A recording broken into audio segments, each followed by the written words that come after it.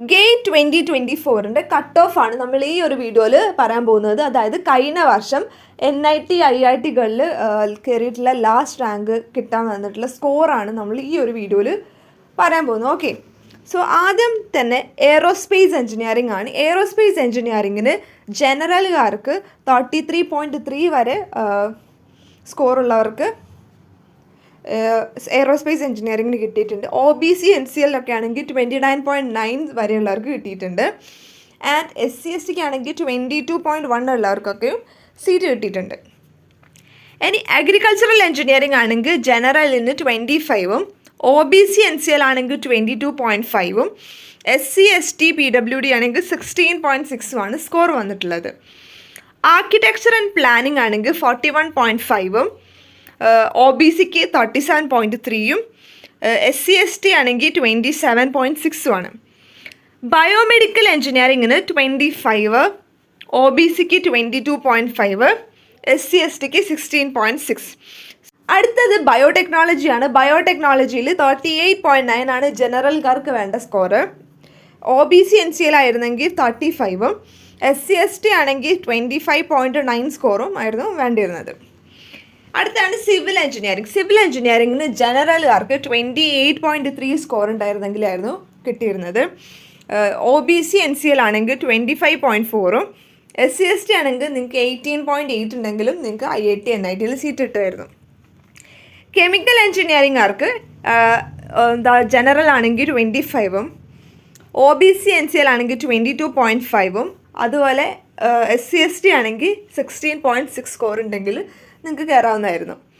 ഇനി computer science and information technology ആണെങ്കിൽ 27.6ഉം ജനറൽകാർക്ക്, OBC NCL ആണെങ്കിൽ 24.8ഉം SC/ST ആണെങ്കിൽ 18.4ഉമാണ് വന്നിട്ടുള്ളത്. കെമിസ്ട്രി ആണെങ്കിൽ ജനറലുകാർക്ക് 25.2ഉം OBC NCLകാർക്ക് 22.6ഉം SC/ST ആണെങ്കിൽ 16.6 ഉണ്ടെങ്കിലും നിങ്ങൾക്ക് NIT IITയിൽ കിട്ടുമായിരുന്നു. Data science and artificial intelligence ആണെങ്കിൽ 37.1 ജനറൽക്കാർക്കും 33.3 OBC NCLകാർക്കും അതുപോലെ 24.7 SC/STകാർക്കുമായിരുന്നു.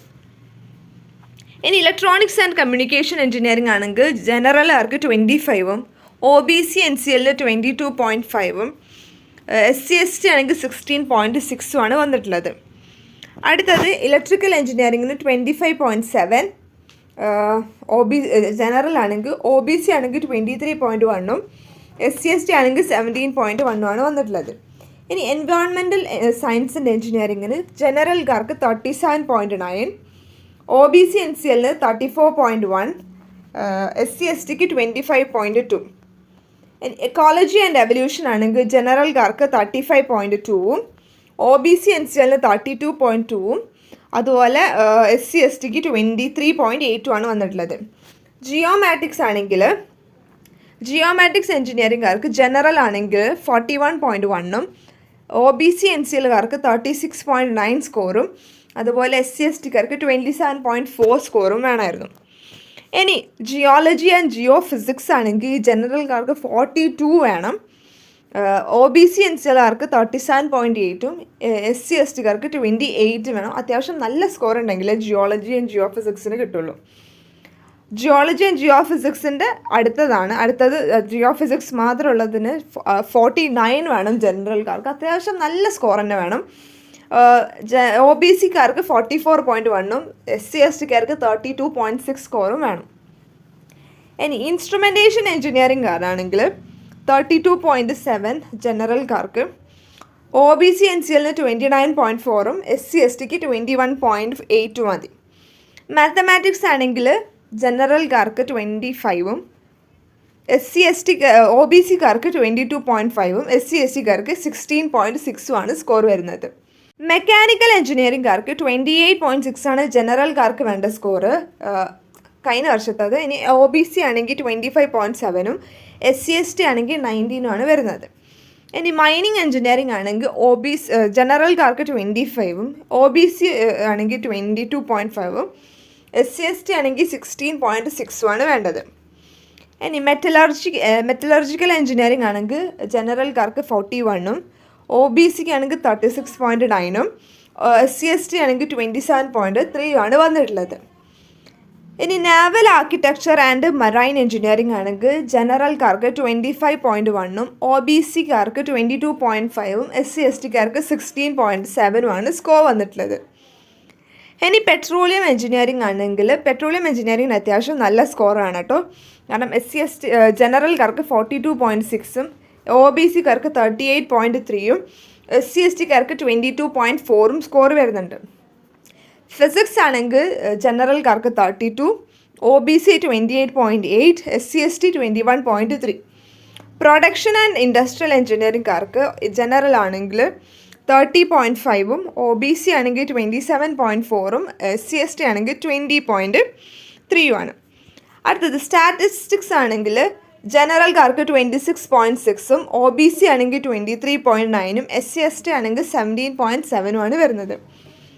Textile engineering and fibre science ആണെങ്കിൽ ജനറൽക്കാർക്ക് 28.1ഉം OBCക്കാർക്ക് 25.2ഉം SC/STക്കാർക്ക് 18.7ഉമാണ് വന്നിട്ടുള്ളത്. എഞ്ചിനീയറിംഗ് സയൻസസ് ആണെങ്കിൽ ജനറൽക്കാർക്ക് 36.2, OBC 32.5ഉം SC/ST 24.1ഉം.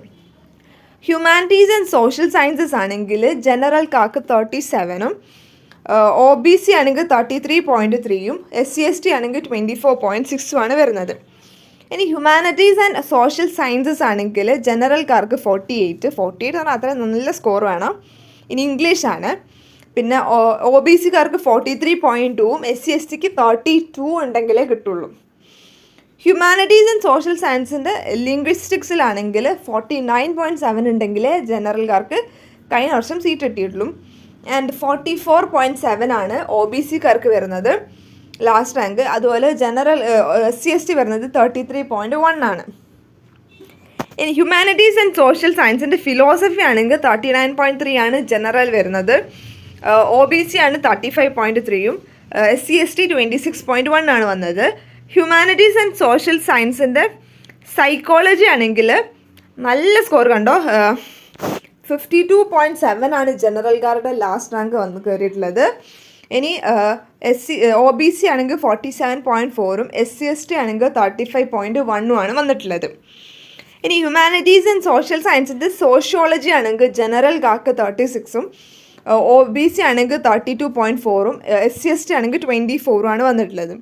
ഇനി ലൈഫ് സയൻസസിന് ജനറൽക്കാർക്ക് 29.3ഉം OBCക്കാർക്ക് 26.3ഉം SC/STക്കാർക്ക് 19.5ഉമാണ് വന്നിട്ടുള്ളത്. സോ ഇതാണ് ലാസ്റ്റ് റാങ്ക്, ലാസ്റ്റ് സ്കോറ് കഴിഞ്ഞ വർഷം NIT IITയിലും അതുപോലെ ഗവൺമെൻറ് കോളേജസിലൊക്കെ കയറിയിട്ടുള്ള ലാസ്റ്റ് റാങ്ക് വന്നിട്ടുള്ളത്. സോ ഇത്രയും സ്കോർ നിങ്ങൾക്ക് ഉണ്ടെങ്കിലേ ഈ വർഷം എവിടെയെങ്കിലുമൊക്കെ സീറ്റ് കിട്ടുള്ളൂ. സോ മാക്സിമം നന്നായിട്ട് പഠിക്കുക. ഇനി ഒരു 20 ദിവസം കൂടെ നിങ്ങൾക്കുണ്ട്. അപ്പോൾ ഈ 20 ദിവസം കൊണ്ട് നിങ്ങളുടെ മാക്സിമം പഠിച്ചെടുക്കുക, നന്നായിട്ട് വർക്ക് ചെയ്യുക.